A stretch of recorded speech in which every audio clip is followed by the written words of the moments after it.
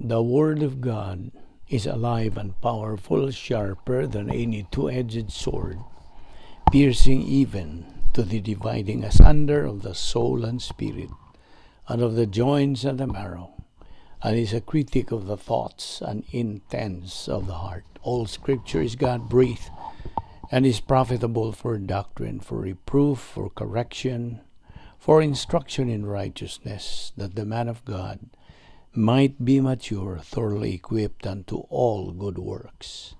Study to show thyself approved unto God, a workman that needeth not to be ashamed, rightly dividing the word of truth. Therefore, since we have this ministry, as we have received the mercy, we do not lose heart, but we have renounced the hidden things of shame, not walking in craftiness, nor handling the word of God deceitfully, but by manifestation of the truth, commending ourselves to every man's conscience in the sight of God.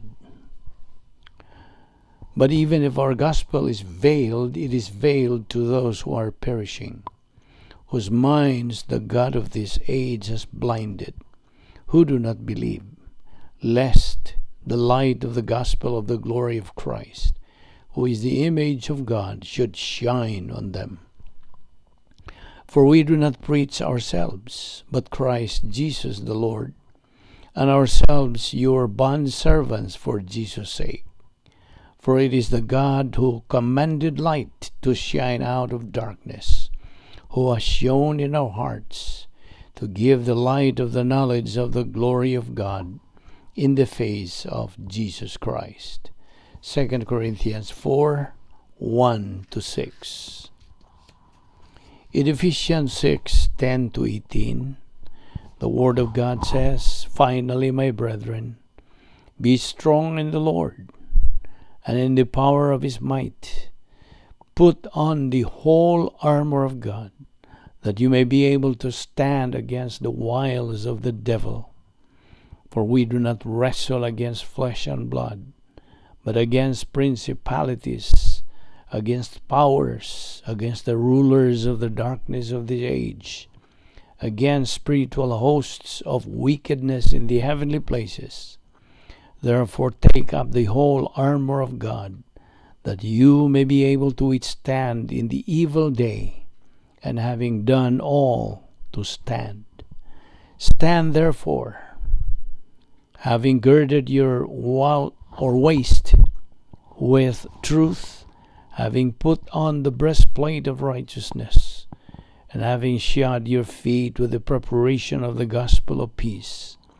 Above all, taking the shield of faith, with which you will be able to quench all the fiery darts of the wicked one. And take the helmet of salvation, and the sword of the Spirit, which is the word of God, praying always with all prayer and supplication in the Spirit, being watchful to this end, with all perseverance and application or supplication for all the saints." 1 John 1, 5-10. This is the message which we have heard from him and declare to you, that God is light, and in him is no darkness at all. If we say that we have fellowship with him and walk in darkness, we lie and do not practice the truth.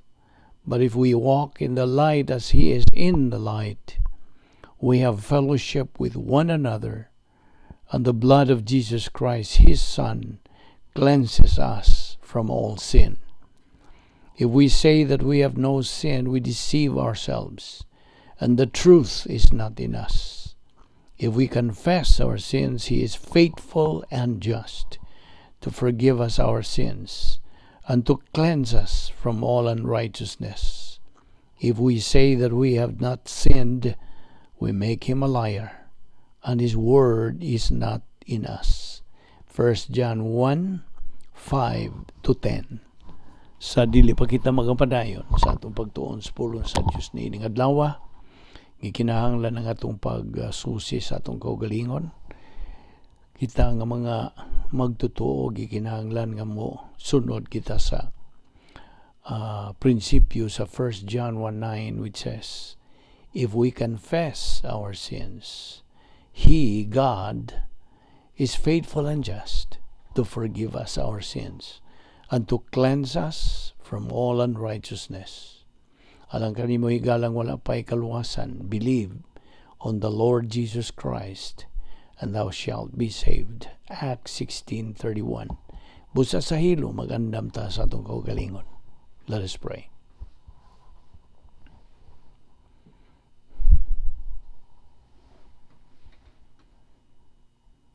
Balaan na mga Diyos, niya kami sa imong presensya nining adlaw. Una sa tanan, nagapasalamat kami kanimo sa imong paglugway pa sa mong kinabuhi. Naginawa pa kami. Gumikan lamang kini sa imong kaluoy, sa imong gugma, sa imong kortesiya o sa imong grasya. Dili kami takos nga mabuhi pa o Diyos, upan ikaw mantinumanon na ngayon sa imong mga saad, uwan ni kami niining adlaw, sa among pagpadayon sa pagtuon sa imong balaang pulong. Pinagi sa paghahom kanamo sa Espiritu Santo, pagtudlo niya kanamo, ining kamatuoran uban ni kami o Diyos. Pinagi lamang kining tanan sa imong grasya. Salamat ni among Bible study through the YouTube, ubo sa Vic Balbido Evangelistic Ministry, o nagapasalamat kami ning tanan sa ngalan ni Ginoong Hesukristo, king tanan among ampo sa ngalan ni Ginoong Hesukristo. Amen.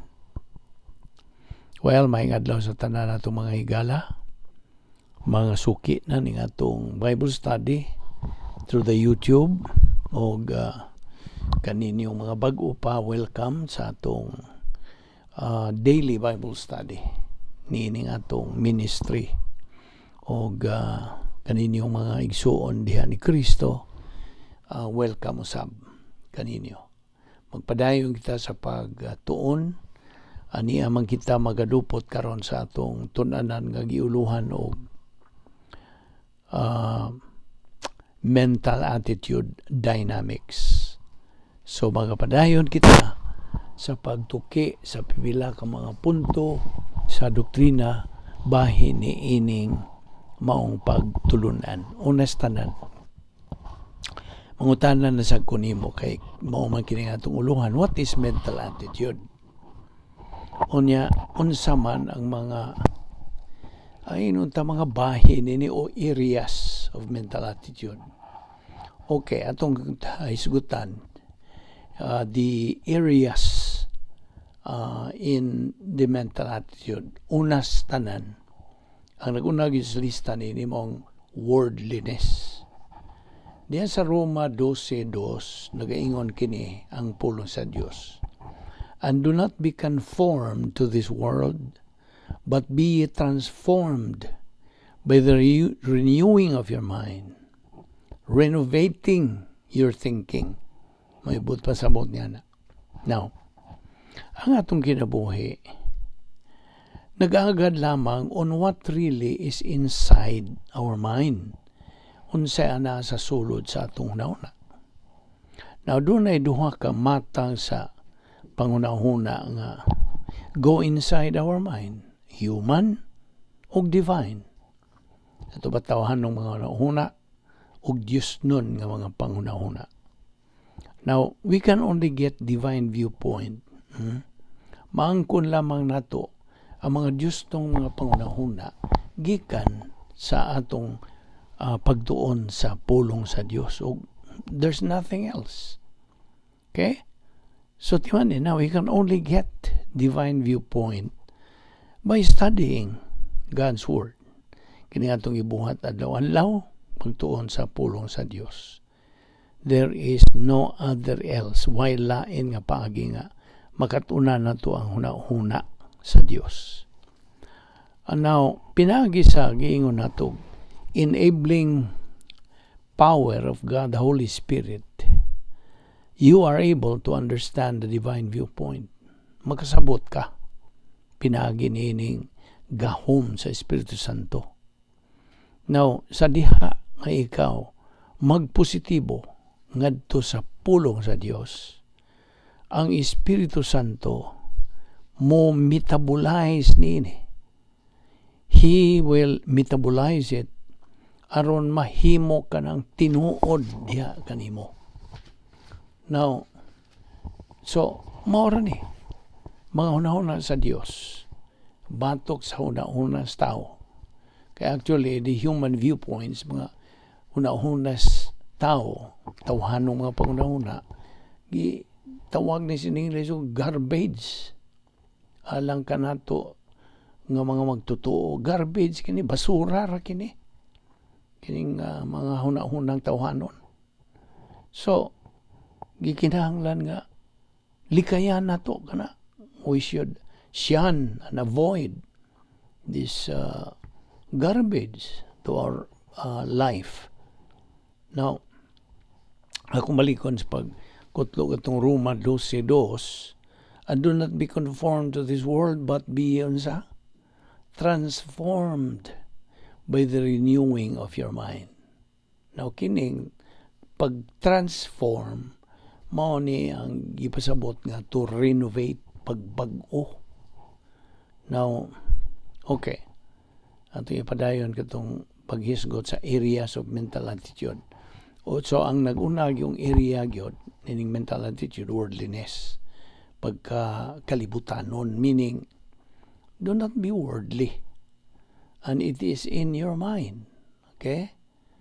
Di kay dili ni outward but inward. Sulod nun.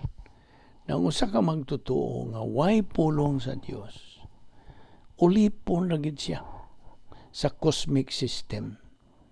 Unsa to ning cosmic system? Ang kanang sistema ni iha sa yawa. Okay? Cosmic mo ito iyong cosmic. Ang usa ka magtotoo becomes worldly. Tungod kay ang iyang huna-huna, wa naman musibo sa kabubuton sa Dios. It does not jive with God's will. So, muna kay natural. So, ang pag-jive niya na nga, wa may pulong sa Dios, diya siyang una-una. So, mando sa Dios, renew your mind. Renewing our mind is what we always say, post-salvation epistemological rehabilitation. It's a spiritual rehab. Ang tinuod yun, human ta maluwas. Ikinahanglan ta og rehab. Na mao na ni nga itong sigituon ng pulong sa Dios in the process of spiritual rehab. Mao na sige tagtuon nining post-salvation epistemological rehabilitation. Kasabot ka? Kay, di mo nagikan tas pagkadili magtotoo, tanan na itong mga pangunahuna, mga kalibutanon, mga tawhanon, mga dautan, mga ngilad. You see? So, mo na kinahanglan tag spiritual rehab. Now, Bible doctrine in the soul, it causes a believer to think in terms of spiritual common sense, in terms of spiritual common sense, rational, sane, divine viewpoint, which insert Bible doctrine into our daily life, and thus makalikay kita sa pagpanghuna-huna o mga cosmic nga mga panghuna-huna, cosmic system, gikan kini. Now, a believer needs a renovation sa iyang panghuna-huna. Bag-uhon yun. Kay the thought pattern should be renovated through, pinagi sa consistent, persistent intake of Bible doctrine. Malahutayon, makanunayon, masigihon, makugihon, nga pagtuon. Masubayon, pagtuon sa pulong sa Dios. Bible doctrine replaces human viewpoint. Mauni mo kanang mo bag-o, mo puli sa ato mga tawhanong mga pangunahuna. So, it is the Word of God, Bible doctrine, that will replace kining atong mga tawhan ng mga pangunahuna. Diya sa atong una-una, ingon nga mga magtotoo. So, we can see how important divine viewpoint is. Kung sa gisulti sa Colossus 3:1, it says, if then you were raised with Christ, seek information, those things which are above, where Christ is sitting at the right hand of God. Now, kung ikaw gibanhaw uban na ni Kristo, pangitaa, mo na gingon, pangitaa. Ang Grigong pulong nining sig is zetheo. That's the Greek word, zetheo. Seek. Now, ni gipaymutang nila sa Grigong grammar nga present active voice imperative mood. Now, kining, okay, seek, pangitaa. Those things which are above. Noon sa man kinigingon nila, those things which are above, they are not found in the original. The original is seek above. Seek above. Ang pulong above, nagpasabot kini og langit. Of course. The mind of Christ, where Christ is. Ang una-una ni Kristo nga tuwa. Of course, tuwa kaniya. Tuwa sa langit. So, we have to seek above. Pangitaon dito sa ibabaw. Now, of course, the target of a believer's mind should be where Christ is, his mental attitude is. Okay? Kunyang verse 2 niya na, Colossians 3, nagingon kiniyog, set your mind on things above, not on things on earth. Kining set, okay? This is, nagpasabot kiniyog, to take serious consideration, to ponder, to keep thinking about the above. So, set your mind. Kining mind, affection kini. Set your affection on things. Epi. Okay? Ho epi. Kining bot pasabot. Ho epi. On things above. Not on things on earth. Ho ano. Ang earth is ho ano. Things above is ho epi. Now, of course, kining atong gihisgutan karon, they are not found in the original. Now, so, keep thinking objectively on things. Of course, keep thinking. Ano na katong unsa katong sangkap sa Dios kanatos pag sulbad sa mga suliran? Napulo ka mga pagis pag sulbad sa atong mga 10 problem solving devices. Keep thinking objectively on things, not on earth. Kaya din sa kalibutan, on earth, mo na CD system, cosmic system ni Satanas. So only God's 10 problem-solving devices mao'y solusyon sa matag suliran sa kinabuhi sa usa ka magtotoo. Now, the only way a believer can function as a believer, pinagi lamang sa iyang kaugalingong pangunauna, puno sa metabolized Bible doctrine, ug kana nagatuyok-tuyok na diha sa iyang panimuot. It's already circulating in his stream of consciousness. So, a believer without Bible doctrine, di man ini, kung wa siya pulong sa Diyos diya sa iyang mental attitude, makawa sa gahom sa Espiritu Santo. Of course, this makes the Holy Spirit powerless to move sa kinabuhi niya ng maong magtotoo. Now, of course, di tawa ta magingon ng Espiritu Santo mawad ang gahom. Okay. Gamhanan gud siya, labawng makagahom. Ang bud pasabot, dili siya makalihok sa kinabuhi sa ka magtotoo nga way pulong sa Dios. Diya siyang pangunauna. Kasabot ka. O na pinungdanon pagayo, pulong sa Dios. Kita nimo. So, atong likon, Colossus 3, 1 o 2, versikulo 2, keep thinking on things above. Now, kining at pag-ingon o keep thinking on things above, na-appeal na nining atong gipangtun-an nga nanumdum ka sa tulo ka ng espirituhanong kanas na we have to develop this to be able to keep thinking on things above. Spiritual skills. Ang naguna nini, spiritual self-esteem. Ikadua, spiritual autonomy. Ikatulo, spiritual maturity. These are the 3 spiritual skills. O nuntan pagyud sa atong paggamit ni atong kanang napulo ka mga paagis pagsulbad sa mga suliran nga iyang gisangkap sa Dios kanato. God's 10 problem-solving devices. Ang nag-una niini, rebound.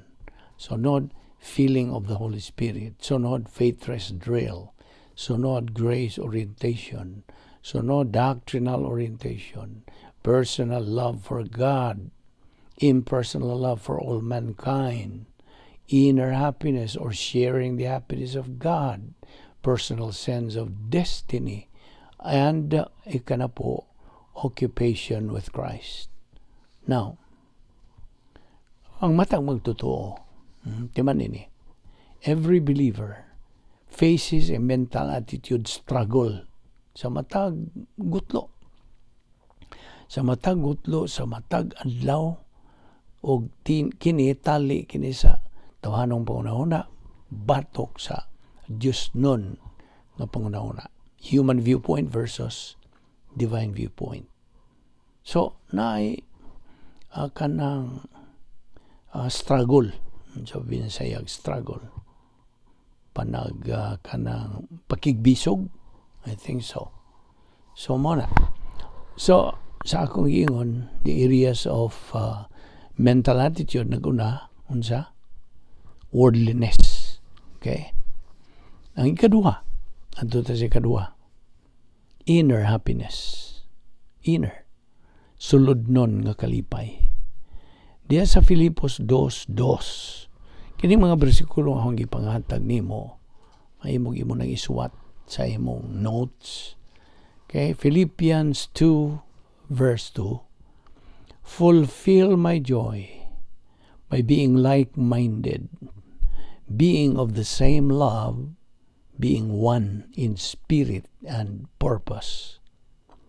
Kining fulfill din sa Grigong pulong is pleroo.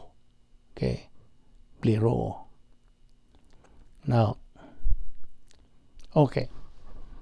Nainumdum ka sa itong isgutan nga edification complex of the soul. Ang initial din is ECS. Now, kining ECS, edification complex of the soul, this is constructed in the right lobe sa atong kasikasing pinagi sa adlaw na to nga intake of Bible doctrine. Now, okay, diya sa John 15:11 pod, nag-ingon kini, these things I have spoken to you, so that my joy may be made full. Now, kining spoken, they have spoken to you, kini ang teaching ministry. Okay? Alright, so mo kada atong ipadayon, adto ta si katulong area of mental attitude. Ang ikatulo is peace or confidence. Philippians 4:7. Unsa gisulti? And the peace of God, which surpasses all comprehension, will guard your hearts. Ang hearts din is kardiya. And your minds in Christ Jesus. Kanang peace of God, peace, irene. Ngunit Grigo nga pulong sa peace, irene. Peace. A connotation of prosperity, benefit, welfare, and unity. peace. Now, the doctrinally stable status sa atong mental attitude mao ang atong kanang gauge, our driver tigmaniho as we continue sa atong spiritual momentum. Mo'y hinungdan that we can see how important and critical is our mental attitude. Nakita niyo? Ang mental attitude, ang atong pagtagad, din sa atong pangunahon na kana, of course, atong pagtagad nga sa pulong sa Dios. All of this is mental attitude. Kaya ang Dios na iba naman ta, magahukom kanato pinagi sa atong una-una. God judges us through our mind. So Philippians 2:2 again, fulfill my joy by being like-minded, being of the same love. When can you be like-minded? Kano sa aman? Na mapariha ka o kanang levels pangunahuna. Ang tubag, when your mind is only focused on the Lord Jesus Christ. Ana ka, like-minded. Now, whenever we notice some churches that are disunited, nagkabungkag, there's only one solution to that. Unsa man? Iba kagunsa? Let the church members have and possess divine viewpoint thinking. Muna. Let them possess. Makapanag-iya sila, mapanag-iya nila ang kanang Diyos nun nga mga pangunahuna. Ang saon, nanay bahala ka. Pagtuon sa pulong sa Diyos sa adlaw-adlaw nga pagi on a daily basis. Paminaw. Ang hingpit nga kalipay, perfect happiness, kini gitawag ni og end the result o byproduct sa pulong sa Dios nga nagatuyok-tuyok na diha sa panimuot sa magtotoo. Perfect happiness is the end result of Bible doctrine circulating in the stream of consciousness of the believer. Now, of course, ang resulta sa perfect happiness is what? Perfect peace. Ang resulta sa hingpit nga kalipay, hingpit nga kalinaw. Now, this kind of peace is not what we think humanly speaking, dili. Kinibahin sa human personal love for God because of metabolized Bible doctrine as post-salvation epistemological rehabilitation. Ayaw gyud kalimot ni adtong 10 problem-solving devices nga gisangkap sa Dios kanato mga magtotoo. Nara nato mo pahimos niya na o dili. It's a matter of choice. Panaybaw na ka kung sa imong desisyon mo yung kagdi, imo nang tinuyuan. Basta? Kay every decision we make na amang equal consequence na iyang mo kanang resulta. Now, perfect happiness is a result of reciprocity or vice versa. Meaning, ang iyong pag-iugma sa Dios tungod kay siya may una nga mihigugma kanato. 1 John 4:19. We have to love God because He first loved us. Ang hingpit nga kalipay, gitandi kini nato sa usa ka tubig nga atong imnon karong panahon na. Sa may atong saga na itong magipanginom nga tubig. Filtered water, so? Filtered. Now, do you know how water is filtered? Naibaw ka ba? Unsa may nga nining maong procedure when they are filtered. Gitawag kini og osmosis. Osmosis, any process by which something is acquired by absorption. Pag kanang, so I've been saying absorption. pag hindi na ko kainomdom. Well, anyway, this process is done, himuon kining maong proseso to filter contaminants. Comparatively speaking, kung bahin nagdoktrina, unsa may contaminants? The contaminants are evil and sin. Basta, mao nang i-filter ka na. Therefore, when this process is done, the water is now pure. Doctrinally, that is perfect happiness. Kasabot ka. Kung bahin nas doktrina, kini ang hingpit nga kalipay. Now, apan, bantay, sa diha nga magtutuo karnal, nga naman siyang na karnal. How did he become carnal? Sa iyang pagbuhat og sala. When a believer becomes carnal, di gyud siya makasinati niining maong matang sa hingpit nga kalipay dili. Kay ngano? Tungod kay because of some sin and some evil nga that is in that reversionistic carnal believer's life. And do you know what I mean? Tungod niya tong mga sala o sa mga pila ka mga dautan niya. Mao to. Mao na. Di gyud siya makasinati niining kanang hingpit nga matang sa kalipay. So, we can see how important to have this kind of happiness. So, now, when can we, kitang mga magtotoo, when can we avoid sin and evil? Saan man, sa paglikay. Tubag by rebounding sa atong pagsugid, sa atong mga sala. And then, ayaw hunong diha. Ayaw paghunong kay, for all you know, kung hunong ka diha, di ka magdugay sa imong pagka-spiritual. Mo na nga. You have to rebound and then keep moving. Padayon sa intake of Bible doctrine. Padayon.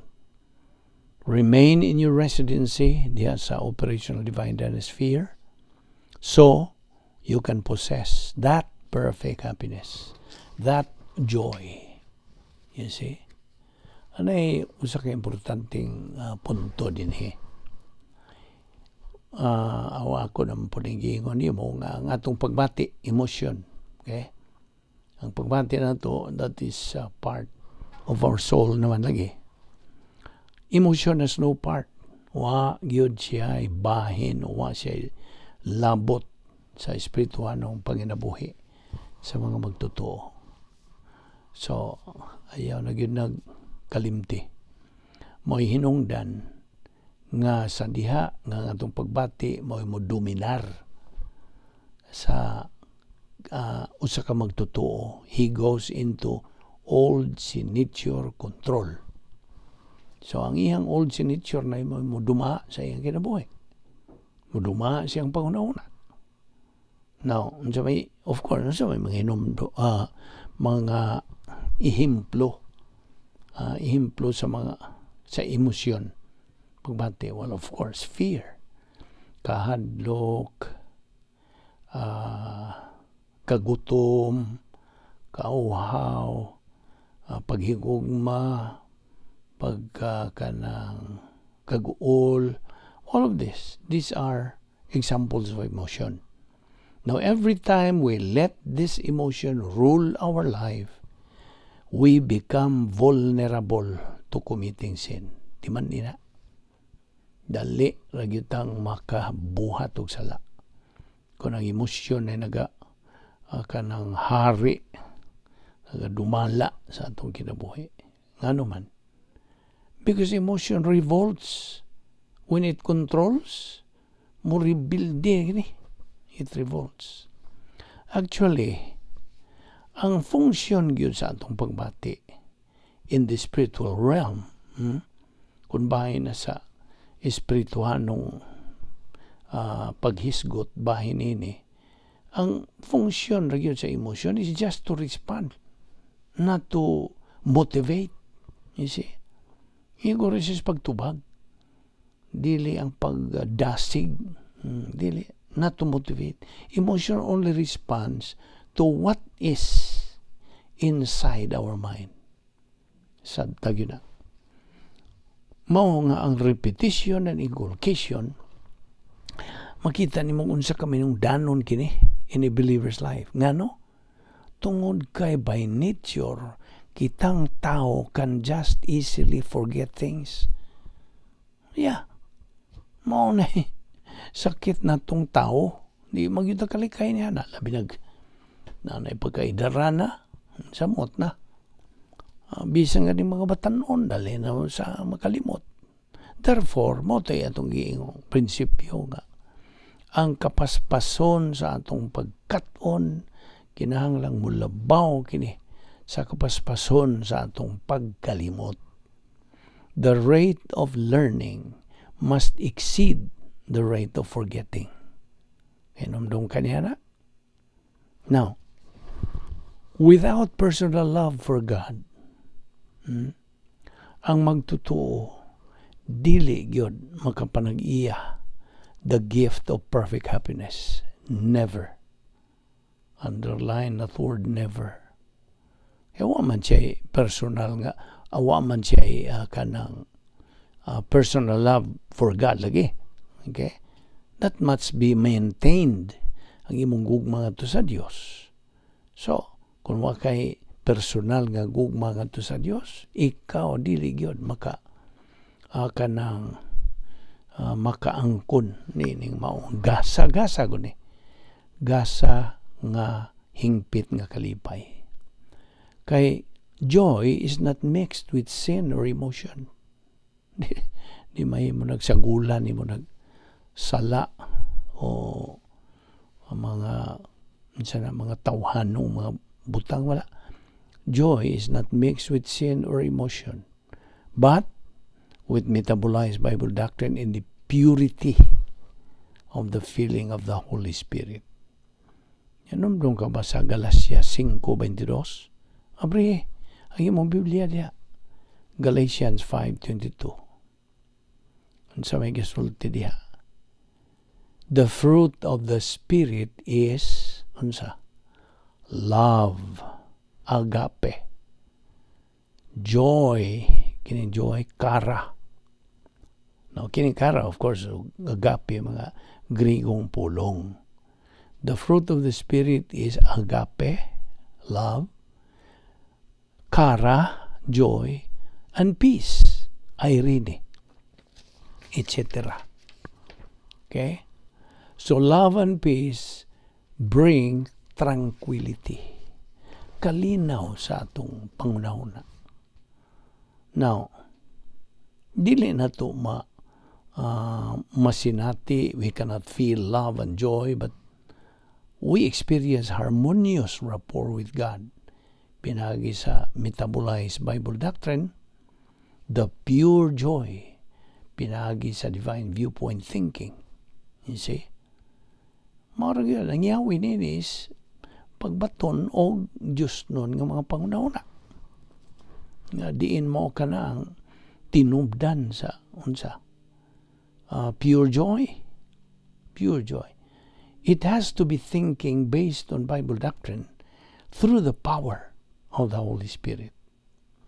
Now, diya sa James 1:12, nanumdong ka, nag-unay niyo, consider. See? What do you mean consider, dinhi? It means thinking. Joy, therefore, is in our mind. Consider. Consider it all joy, my brethren. Manibot pasabot sa consider. It means thinking. Joy, diya sa Hebrews 12:2, who for the joy set before him endured the cross, etc., etc. Now, that's the kind of joy nga nabatunan ni Ginoong Jesucristo. Samtang siya nagabitay dito sa cross, ingon nga atong puli nga nahitabo ka to. 2,000 ka mga katuigan ang milabay. Now, mao katoy joy. Diha kaniya. Wa kanang mawagtang, wa katumaong kalipay. The joy set before him endure the cross. You see? So, love, agape, kanang joy, kara, bring tranquility, irene. Okay? So, I'm teaching you some Greek words. Agape, kara, mo resulta og irene. Now, ang atong Ginoong Jesucristo miingon, iyang gipamulong kini diha sa Juan 14:27, siya nagaingon, peace I leave with you, my peace I give you, not the peace that the world gives. Do not let your hearts be troubled, and do not be afraid. That is the result of spiritual momentum of the believer fulfilling the protocol plan of God inside His divine dynasphere nga operational. So, ang formula, therefore, mo niyang formula. Love plus joy equals peace. Love, agape. Joy, kara, equals peace. Irene. Mo ni formula. Now, og ang love diha, gugmang, dinhi, ang gugmang isugutan dinhi, has nothing to do with our emotion. Wala. Yun. It has everything to do with our mental attitude. Sabta gina. So, ayaw kalimot niya itong Roma 12:2. Do not be conformed to this world, but be transformed by the renewing of your mind. Transform there is renovating our thinking. Atong bag-uhon, polihan ang atong pangunahuna. Gikas mga tawanon ngadto sa mga Diosnon nga pangunahuna. Seek the things above, not on things dinhi sa kalibutan. Wa nay pos. So far, the areas of mental attitude nga itong itunan, worldliness, inner happiness, ikatulo, peace or confidence, Philippians 4:7. Ang sa tagisulti sa Philippians 4:7, and the peace of God which passeth all understanding shall keep our hearts and minds through Christ Jesus. Now, kanang shall keep your hearts and minds, pasabot niya, safeguard. Shall keep your hearts and minds. Safeguard. Security guard ba? Unsay purpose? Unsay tuyo of having a security guard? Well, to provide security and assurance of safety to the one being guarded. Basta? Kinahanglan na pagkasiguro. Now, ang matag magtotoo nang inahanglan og security guard. Og kining maong guardia, can only be acquired diha sa sulod sa operational divine dynasphere. Pinagi sa pagpuno kanato sa Espiritu Santo. Kasabot ka? So, mora na pagi nga maangko na to kining maong security guard. Happiness, ang kalipay, atong makabot, atong kanang masinati. Once nga kita makaangko na niya ng agape, kara, irene. Once we possess love and joy equals peace. No na. Mo na gitawag na itong matuod nga kalipay. Sa Diyos ng kalipay, ha? Dili samas mga kalipay na tawanon. Dili. Now, okay. Speaking of believers, parang lita ng usa ka gnosis believer. Ano siya buta sa what? Gnosis believer. Believer nga kanang ang iya yung naangkon academic knowledge ra. wa mahimong tinuod ang pulong sa Dios ang kinabuhi. Kaya wa man ma-metabolize. Kasabot ka. So ang usa ka gnosis nga magtotoo, ignorante siya. Wa gyud siya alamag. Because he has not made gnosis doctrine into metabolize epinosis doctrine. So gnosis believer siya. O kini siyang gnosis believer, nga namang gnosis raw nagpabilin siyang gnosis tungod kay wa man lagit niya tuuhi. Wa niya tuuhi dawata ang kuna higugmaa kanang hangop wa niya hangpa. So unsa man pag kanang metabolize niya na dili makalihok ang ministry sa Espiritu Santo. O man nimo hatagi siya og kanang go signal, nagpabilin man siyang dili kalihok. You see? So, why mahimo dili ma-metabolize? Mo na nga, ang usa ka gnosis believer is an inconsistent person. Nagpahulugan kini nga, he can only be happy basihan lang sa iyang mga kanang kaimtangan, basihan ng mga tao o mga dapit. Okay? Meaning, he can only be happy based on his circumstances, on people and on places. Apan ang epinosis believer, tanawa, ang diferensya nila. But an epinosis believer is a consistent person. He is happy bisan pag anaas kanang kaadunahan ba o kanang kapobrihon ba, whether in prosperity or in adversity, ang iyang kalipay remains alive tungod kay ana siya pagkakontento. Kasabot ka, naangkon naman niya ang pagkakontento kay he already has that kind of happiness diha sa iyang kalag. O unsay pakontinto niya, pulong sa Dios nga ginatun-an sa adlaw-adlaw. Ato ginang i-emphasize on a daily basis siya sa iyang intake of Bible doctrine. Now, 1 Peter 5:7, popular nga bersikulo, casting all your cares on Him because He cares for you. Now, kutlo man gikan sa daang pakigsaad niya sa Salmo 55:22. Now, cast thy burden upon the Lord, and He shall sustain thee. He will never allow, etc., etc. Now, kaning Psalm 55:22, diha nila gi-quote kaning 1 Peter 5:7.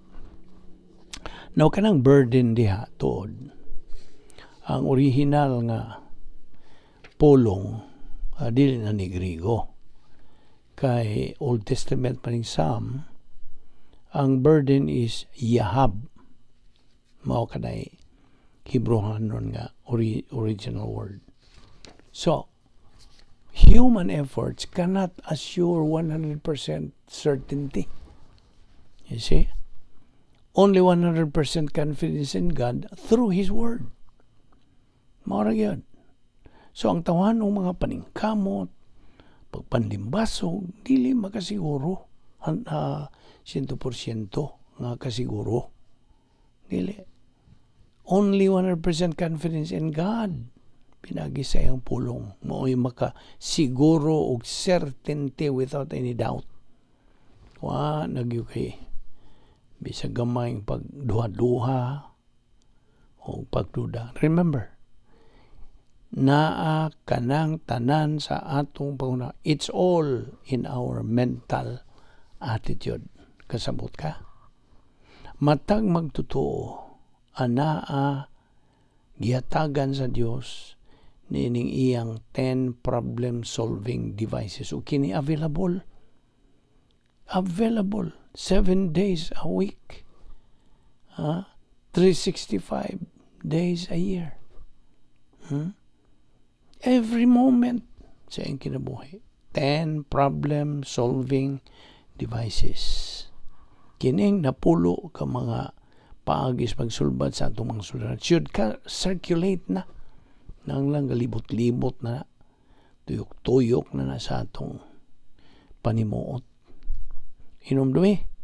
Atong prinsipyo, the rate of learning, unsa, must exceed the rate of forgetting. Ato ni ipadayon ugma.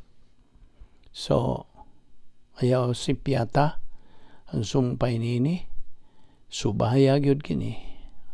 Aron atong matuhog tanan kini mga punto sa doktrina bahin nining atong pagtuon sa mental attitude dynamics. Magampo ta. Balahan na mo nga Diyos, nagpasalamat kami kanimo. Ning lain sa mga higayon sa among simba kanimo. Of course, whenever we study your word, we are worshiping you. Og hinaot nagmapuslanon kini o Diyos pinagis pagpuno kanamo sa Espiritu Santo. Iyang pagtudlo, iyang ministry sa pagtudlo kanamo. Hinaot nga kini magapadayon o Diyos. Hangtod nga imo kami kuhaon gikan ining dapit sa pagpangandam. Salamat o Diyos sa imong dugang kamatuoran nga mong gitunan ug among pag-amgon sa kaminungdanon gayud sa among panguna-una ingon nga imong mga anak nga kinahanglan gayud di ay mapuno kini. It's saturated sa imong mga pulong kay way makatupong sa imong mga pulong. Your word way makalupig. Ang imong mga pulong dili katandi sa tawhanong mga pulo mapanguna-una o ang imong mga paagi di matandi sa tawhanong mga paagi na sumala sa imong isulti sa Isaias 55:8-9. Imong pangunahuna dili among pangunahuna, imong mga paagi dili among mga paagi. Ingon nga habog ang langit ikumparar sa yuta. Mao kana ang imong mga paagi labaw sa among mga paagi. Imong mga pangunahuna labaw sa among mga pangunahuna. Salamat o Dios. Niining imong pangunahuna.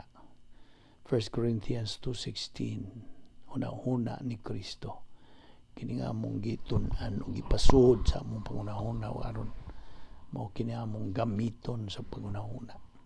Samtang aniya pa kami nining ikaduhang bahin sa imong plano.